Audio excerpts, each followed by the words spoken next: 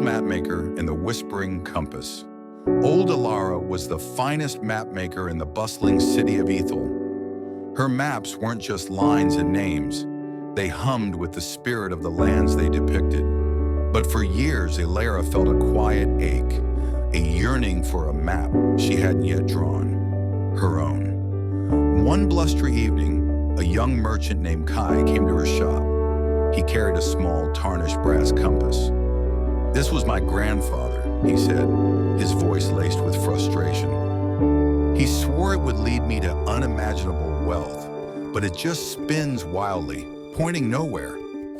Alara took the compass. It felt warm in her hand, almost alive. She closed her eyes and a faint whisper echoed in her mind, like wind through distant canyons. "It's not broken, young Kai," she said, opening her eyes.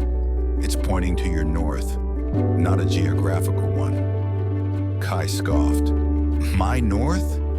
What good is that?" "Every map," Alara explained patiently, "has a legend. The symbols, the colors, the key to understanding. Your grandfather's compass is telling you its legend. It won't show you gold buried in a desert, but it will show you the path to your treasure." Kai left, still skeptical. For days, he tried to force the compass to point where he wanted it to, but it stubbornly spun, and the whispers grew louder in his mind, growing less like wind and more like insistent tugs at his heart. One morning, he stopped resisting. He decided just for a moment to follow its seemingly random direction. It led him not to a distant land, but to the forgotten corner of his own dusty warehouse. Tucked behind crates of spices, he found a collection of his grandfather's journals, filled with sketches of intricate clockwork mechanisms. Kai, who had always dismissed his own latent talent for engineering, suddenly felt a surge of excitement. The compass, now steady, pointed directly at the journals.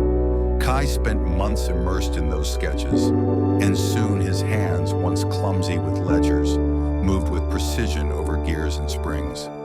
He began creating the most beautiful and complex timepieces the city had ever seen. His unimaginable wealth wasn't gold, but the profound joy of creation, the respect of his peers, and a deep sense of purpose. Years later, an older, wiser Kai visited Alara. He placed the polished brass compass on her counter. "It worked," he said, a genuine smile illuminating his face. "It showed me my treasure. It wasn't about finding something out there, but about finding what was always meant to be in here." He tapped his chest. Alara smiled.